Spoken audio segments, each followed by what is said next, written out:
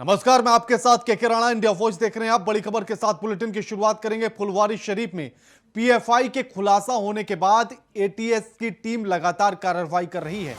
इसी क्रम में एक और संदिग्ध व्यक्ति को गिरफ्तार किया गया। फुलवारी थाना व्यक्ति से पूछताछ की जा रही है। वहीं अभी तक इस मामले में 4 लोगों की गिरफ्तारी हो चुकी है। इससे पहले बुधवार देर रात झारखंड के सेवानिवृत्त पुलिस अधिकारी मोहम्मद जलालुद्दीन और अतहर परवेज को गिरफ्तार किया गया। आरोपी पीएफआई से जुड़े हैं और लोगों को आतंकी ट्रेनिंग देते थे।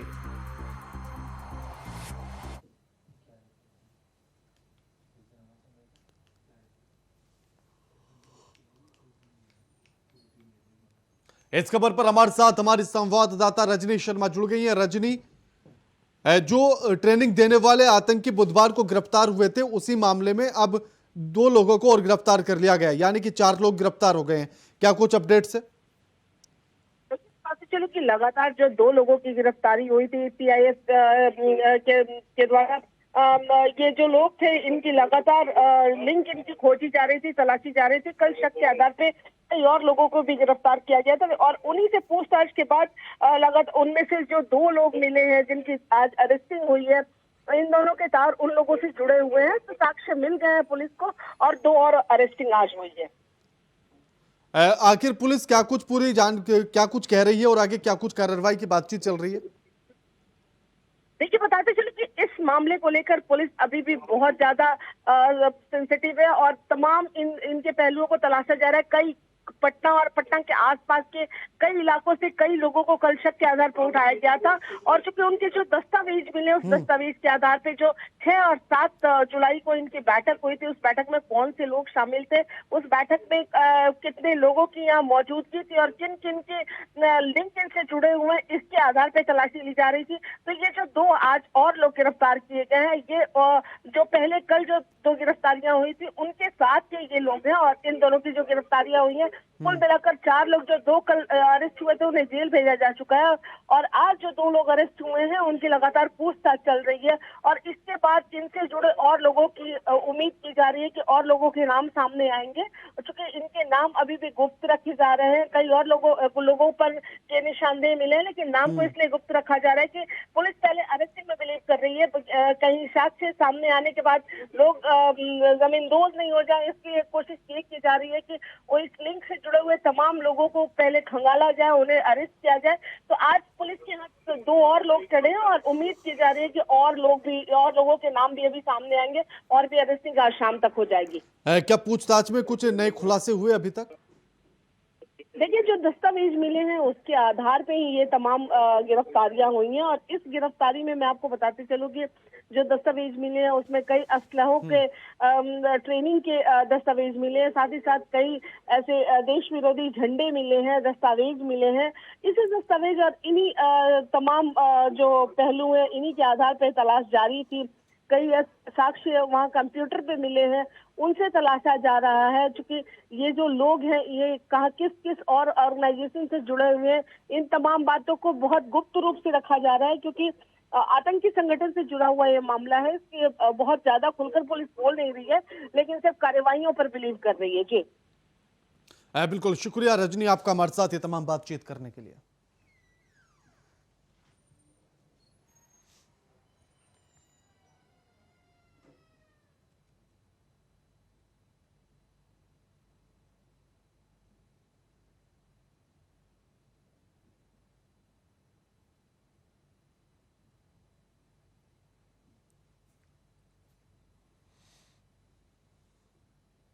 पटना एसएसपी मानवजीत सिंह ढिल्लों ने आरएसएस की तुलना कट्टरपंथी संगठन पीएफआई से कर विवादों में वो आ गए हैं।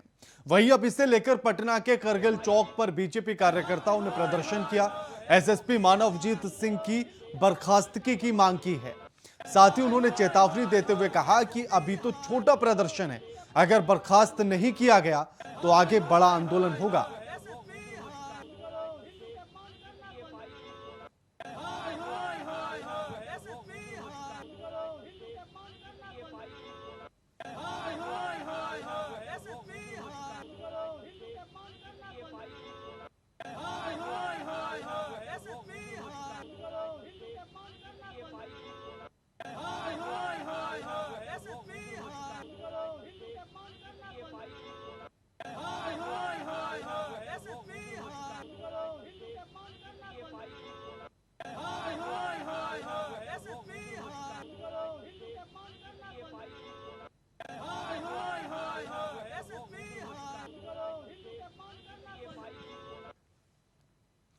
राष्ट्रपति चुनाव को लेकर झारखंड में व्याप्त सस्पेंस खत्म हो गया है।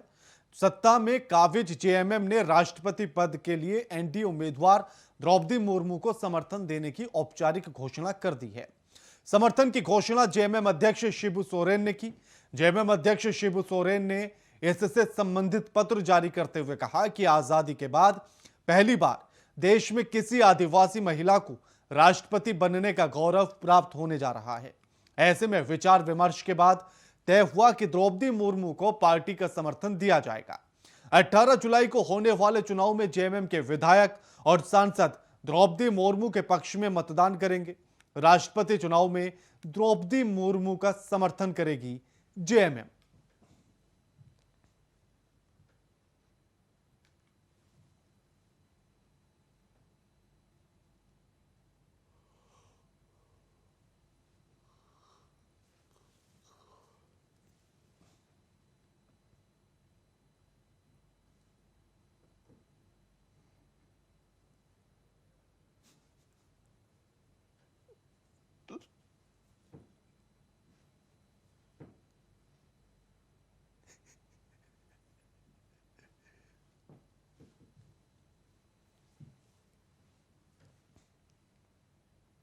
रामगढ़ के राहडा पुल के पास जिंदल स्टील प्लांट के ट्रांसपोर्टिंग ट्रेलर की चपेट में आने से एक युवती की मौत हो गई है, जिसके बाद मृतका के परिजन और आक्रोशित ग्रामीणों ने सैकड़ों की संख्या में जिंदल स्टील प्लांट का घेराव कर 4 लेन जाम कर दिया। इस बीच जिंदल स्टील प्लांट का अंदर बाहर जाने का आवागमन पूरी तरह से बंद रहा। लोगों ने मृतका के परिजनों के लिए नौकरी और मुआवजे की मांग की। वहीं मौके पर पहुंची पुलिस ने स्टील प्लांट के मालिक और ग्रामीणों के बीच सुलह कराई, जिसमें जिंदल कंपनी ने पीड़ित परिजनों को 3 लाख रुपए का मुआवजा देने की बात कही है, जिसके बाद परिजनों का गुस्सा शांत हुआ।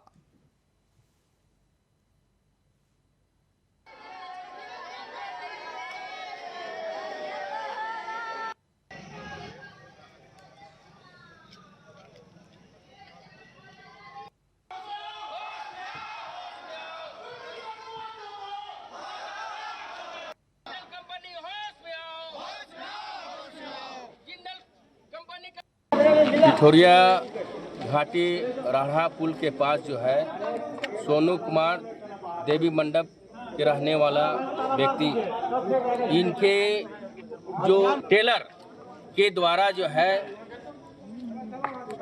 दुर्घटना से जो है मृत्यु हो गया। उनके लिए हम लोग जो है कंपनी से 1.5 करोड़ मुआवजा एवं उनके नौकरी का मांग करते हैं। राजद जैसी पार्टियों में हमेशा से अपराधी और बलात्कारियों का जखीरा रहा है और कल चुनाव आयोग ने जो फैसला लिया है अनंत सिंह के सदस्यता रद्द करने का, और कल ही एक और अनंत सिंह के खिलाफ फैसला आया है, तो ये दोबारा मुहर लगा है कि अनंत सिंह अपराधी हैं। जो लोग उनको महात्मा बनाने की कोशिश कर रहे हैं वो अब भी आंखें खोलें और क्षेत्र की जनता को अपराधियों से मुक्ति दिलाने का काम करें। राजद जैसी पार्टियों में हमेशा से अपराधी और बलात्कारियों का जखीरा रहा है और कल चुनाव आयोग ने जो फैसला लिया है अनंत सिंह के सदस्यता रद्द करने का, और कल ही एक और अनंत सिंह के खिलाफ फैसला आया है, तो ये दोबारा मुहर लगा है कि अनंत सिंह अपराधी। योगी सरकार में बुलडोजर का इस्तेमाल अपराधी और अतिक्रमणकारियों के खिलाफ किया जा रहा है, लेकिन बिलारी के एसडीएम घनश्याम वर्मा ने फर्नीचर के 2.68 लाख रुपए मांगने पर कारोबारी पर घर गिराने बुलडोजर भेज दिया। कारोबारी का आरोप है कि उसने एसडीएम की बेटी हरदोई की डिप्टी जेलर अलका के घर भी फर्नीचर पहुंचाया है। इधर कमिश्नर के निर्देश पर एडीएम प्रशासन सुरेंद्र सिंह ने जांच शुरू कर दी। एसडीएम से स्पष्टीकरण तलब किया गया।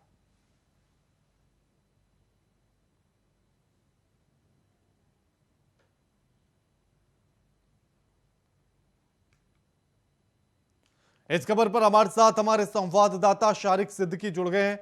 शारिक, अभी तक जो बुलडोजर भूमाफियाओं या गैंगस्टर के खिलाफ चल रहा था, अब ये कारोबारी के शोरूम तक पहुंच गया।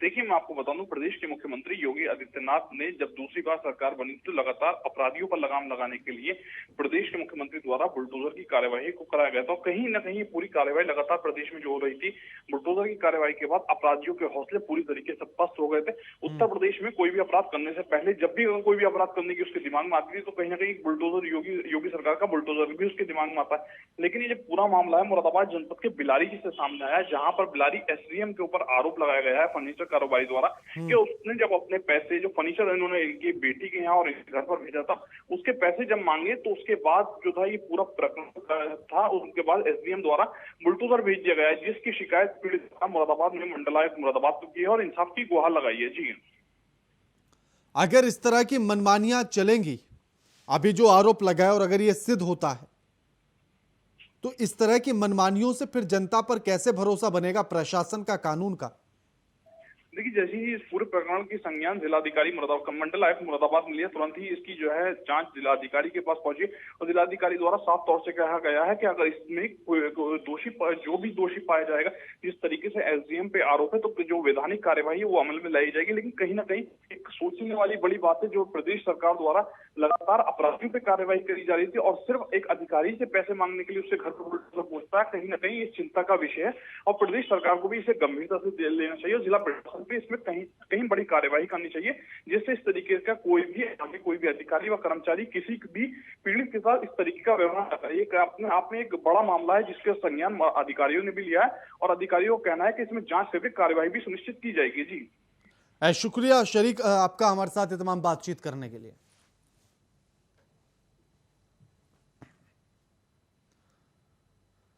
धान की फसल की बुआई इन दिनों पर जारी है, लेकिन किसानों को सिंचाई और फसल की बुआई के लिए पर्याप्त मात्रा में पानी नहीं मिल पा रहा है, जिसके कारण किसानों के हजारों बीघा फसल की बुआई अधर में है। वहीं किसानों की फसल बुआई का समय खत्म हो रहा है और नहरों में पानी नहीं है और बीते 15 दिनों से बारिश नहीं होने से समस्याएं बढ़ रही हैं।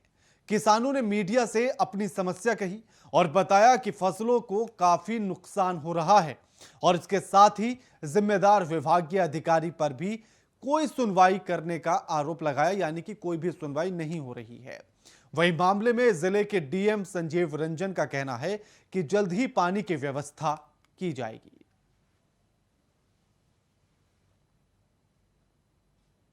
इस समय हम खड़े हैं सिद्धार्थनगर जिले के पिपरा नायक गांव में, जहां नहरों में सरकार इतनी व्यवस्था कर रही है कि नहरों में पानी जाए, किसान परेशान ना हो, अपने खेती की सिंचाई कर सके। लेकिन नहरों में पानी ना होने की वजह से यहाँ के किसानों की फसलें बर्बाद हो चुकी हैं। अब देखेंगे मेरे चारों तरफ इस तरह से दरारें पड़ गए हैं खेतों में, लेकिन अभी तक सरकार द्वारा कोई भी यहाँ नहर में पानी भी नहीं छोड़ा गया। यहाँ के विभागीय अधिकारियों की ये नाकामी साबित हो रही है, देखने को मिल रही है। कि आइए हमारे साथ कुछ किसान भाई हैं, उन्हीं से बात करते हैं क्या कारण है कि इनकी फसलें सूख रही हैं। चाचा, क्या नाम है आपका? रामचंद्र जी, बताइए, आपकी धान की फसलें बर्बाद हो रही हैं, क्या क्यों, किस वजह से बर्बाद हो रही हैं? नहर में पानी नहीं आया तो हम इनका फसल एकदम सूखा जा रहा है। सरकार इतनी व्यवस्था कर रही है सिंचाई के लिए, नहरें साफ सफाई करवा रही है, नहरों में पानी छोड़ने का भी आदेश जारी हो चुका है, लेकिन फिर भी नहरों में पानी नहीं है तो कितने एक हफ्ता से ज्यादा दिन हो गए हैं नहर की, अब के पानी भेजो, अब के भेजो, कुछ नहीं आ रहा है पानी। और भी लोग हमारे साथ हैं, उनसे बात करेंगे क्या वजह है कि इनकी फसलें बर्बाद हो रही हैं, धान की खेती इनकी बर्बाद हो रही है। चाचा, क्या नाम है आपका? जगदेव जी, आप बताइए, आपकी धान की फसल जो है बर्बाद हो रही है पानी की, बारिश न होने की वजह से, पानी की वजह से, क्या कारण है कि ये फसलें बर्बाद? बारिश तो होता नहीं है, लेकिन जो सिंचाई विभाग के लापरवाही से अधिकारी कर्मचारी पानी देख रेख नहीं कर रहे हैं, इसलिए पानी नहीं आ रहा है, सारा फसल सूख रहा है। तो कौन जिम्मेदार है? जिम्मेदार जो उनका सिंचाई विभाग है, सरकार है। इनका कहना है कि जिम्मेदार यहाँ की सिंचाई विभाग है, जो नहरों में पानी नहीं भेजी अभी तक और इनकी फसलें, धान की फसल बर्बाद हो रही हैं, खेतों में दरारें पड़ गए हैं। बारिश न होने की वजह से, कई दिनों से बारिश नहीं हो रहा है और नहरों में पानी भी नहीं है, इस वजह से इनकी फसलें धान की बर्बाद हो रही हैं। सिद्धार्थनगर जिले से राकेश यादव, इंडिया वाइस। अब खबर रायबरेली से है, जहां जमीन विवाद में दो पक्षों में जमकर मारपीट हुई है। महिलाओं ने मारपीट में एक दूसरे पर जमकर हमला किया है। 5 दिन पुराना यह वीडियो बताया जा रहा है जो अब सोशल मीडिया पर बड़ी तेजी के साथ वायरल हो रहा है। पुलिस ने दोनों पक्षों पर मुकदमा दर्ज किया है। सलोन कोतवाली क्षेत्र के ख्वाजापुर की यह घटना है और यह तस्वीर देखिएगा जहां दो पक्षों में जमीनी विवाद को लेकर मारपीट, और ये देखिए किस तरह से लाठी डंडों से ये पिटाई की जा रही है।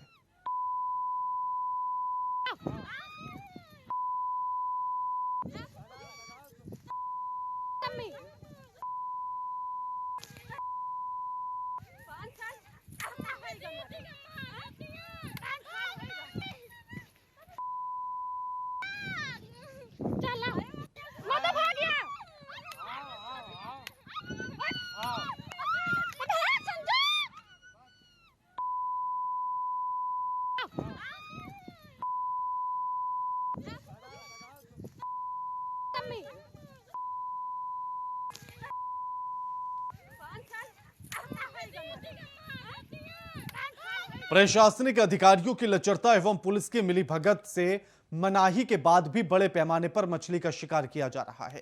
क्षेत्र में खुले आम मछली की बिक्री जारी है। शहजाद बांध और माता टीला बांध सहित तालाबों पर कुछ दबंग लोग खुलेआम मछली का शिकार कर रहे हैं। मछली मारने का एक वीडियो सोशल मीडिया पर वायरल हो रहा है। ललितपुर के शहजाद बांध में दबंगियत और गुंडागर्दी के बल पर सिंचाई विभाग के एई का उपनाम लेते हुए गाली देकर मछली शिकार के लिए प्रोत्साहित किया जा रहा है।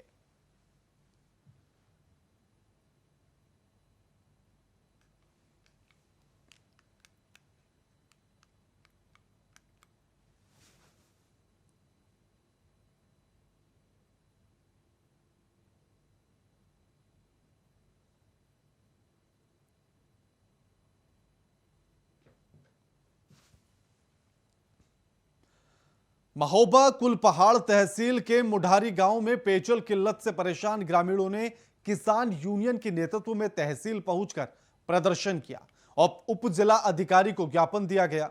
आपको बता दें कि गांव में पिछले 10 दिनों से पेयजल आपूर्ति नहीं हो पा रही है, जिससे लोगों को काफी नाराजगी थी।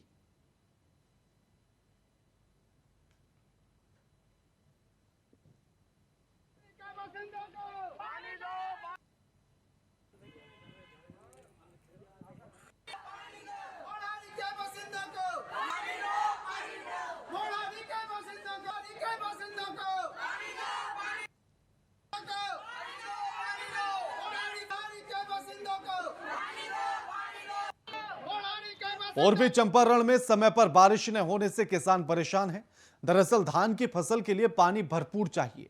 अगले हफ्ते 10 दिन तक बारिश नहीं हुई तो बिछड़े सूख जाएंगे और धान की खेती पर संकट पैदा हो जाएगा। प्रखंड में खरीफ फसल में सबसे ज्यादा धान की खेती होती है। इसके बाद मक्का, अरहर और ज्वार आदि की खेती की जाती है। मक्का अरहर की खेती के लिए ज्यादा पानी की जरूरत नहीं होती, लेकिन धान की खेती के लिए सप्ताह में 30 से 40 मिलीमीटर बारिश की जरूरत होती है। ऐसे में बारिश के नहीं हो पाने के कारण किसान काफी चिंतित है। किसानों में धान के पौधा तैयार करने में लगी पूंजी भी डूबने की कगार पर है। समय से बारिश न होने से परेशान किसान, बारिश न होने से खेतों में पड़े लगी दरारें, डूबने की कगार पर खेत में लगी पूंजी डूब रही है।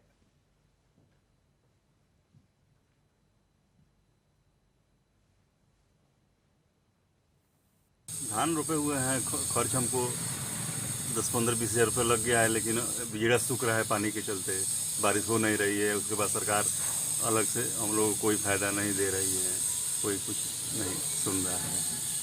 ये बीज रोपे, कैसे बीज रोपे? पंपी सेट से। पंपी सेट से क्या आशा करके बीज रोपे कि ऊपर वाले बारिश बरसाएंगे? हाँ, हम लोग पंपी सेट से बीज रोपे और सोचे कि कहीं बारिश होगी। पानी नहीं खे हो, खाद के जरूरी बा, खाद दिया, पानी दिया तो होई, ना दिया ना होई। जमीन भी फाट रहा बा, का है मतलब पानी बगैर फटता है। धूप कैसन होगा? धूप बहुत कड़ा बा। बारिश बरसत कि ना? का नहीं खे बरसत। जेकरा चलते फसल बर्बाद हो रहा बा। हाँ, बर्बाद होता ना।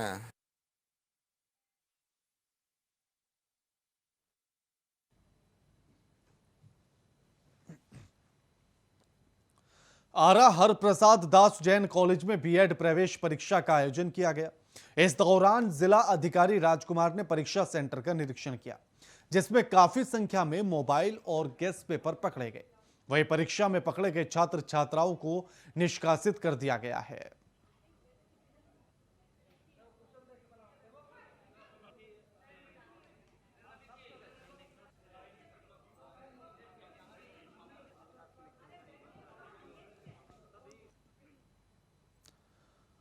बांदा में कोतवाली देहात क्षेत्र के अंतर्गत माहुखर गांव में एक महिला की हत्या कर भाग रहे आरोपी ने पुलिस पर फायरिंग की।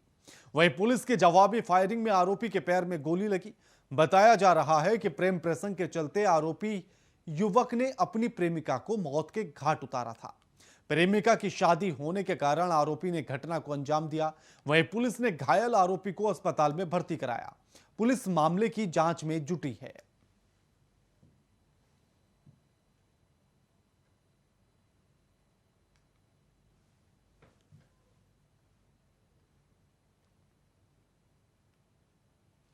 बुलेटिन में फिलहाल इतना ही। नमस्कार।